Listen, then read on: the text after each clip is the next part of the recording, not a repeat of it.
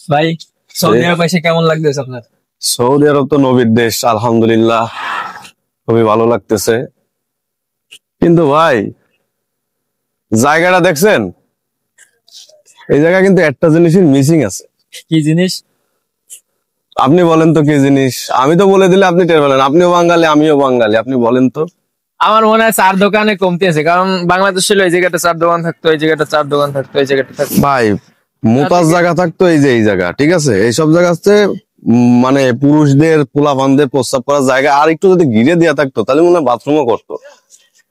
এটা খারাপ আর বলেন নাই, সবই ঠিক ছিল, কিন্তু চার দোকানে কমতি আছে। যদি এইসব জায়গায় চার দোকান থাকতো তাহলে। বাংলাদেশ হইলে মনে করেন ওই মাথা থেকে এই মাথা পর্যন্ত 20টা চার দোকান হইলে অন্তত 500 টাকা করে হলেও তো ব্যাট মানে মানুষ টাকা পয়সা নিত।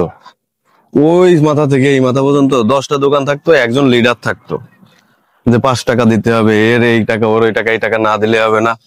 আমি এইখানে নাই বাদ দিলাম, সাগর পারে যায় দেখেন একটা দোকান আছে কিনা। কিন্তু আমাকে বাংলাদেশ হলে ওই জায়গায় মুড়ি ব্যস্ত, এই জায়গায় এ ব্যস্ত, এই জায়গায় জালের খোসা, এই জায়গায় ঝাল মুড়ি। কিন্তু সৌদি আরবে একটা ডিসিপ্লিনের কারণে আমি দেখলাম যে এই জায়গায় আসলে সুন্দর পরিবেশ। রাস্তাঘাটের দিকে তাকায় দেখেন, রাস্তাঘাটে একটা ফুটপাতে একটা কোনো দোকান পাবেন না। এই যে যারা পান খায়, সিগারেট খায়, তাদের জন্য তো কষ্টকর জায়গা হয়ে গেছে। আমি এসে তাই একটু প্রস্রাব করবো জায়গা খুঁজে বেড়াচ্ছি, তা পালাম না। শেষে এক মসজিদে যেয়ে 2 রাকাত নামাজ পড়ে প্রস্রাব করে টরে বেরোলাম। সাগরের দিকে সকালবেলা ভোরে আসছিলাম ফজরের নামাজ পড়ে। আইসে ভাই দেখতেছি উন্মুক্ত মাছ মারতেছে, মানে এখানে কোনো টাকা পয়সা লাগবে না। কিন্তু বাংলাদেশ হইলে ভাই এই জায়গায় মাছ মারেন কেন? এই জায়গায় মাছ বাংলাদেশ মারতে হইলে তো গেলে এখানে এক একটা টিকিট হয়তো মনে করেন 5,000 টাকা করে। 5,000 টাকা করে না হইলেও অন্তত বাংলা টাকা 2,000 টাকা করে হলেও নিত।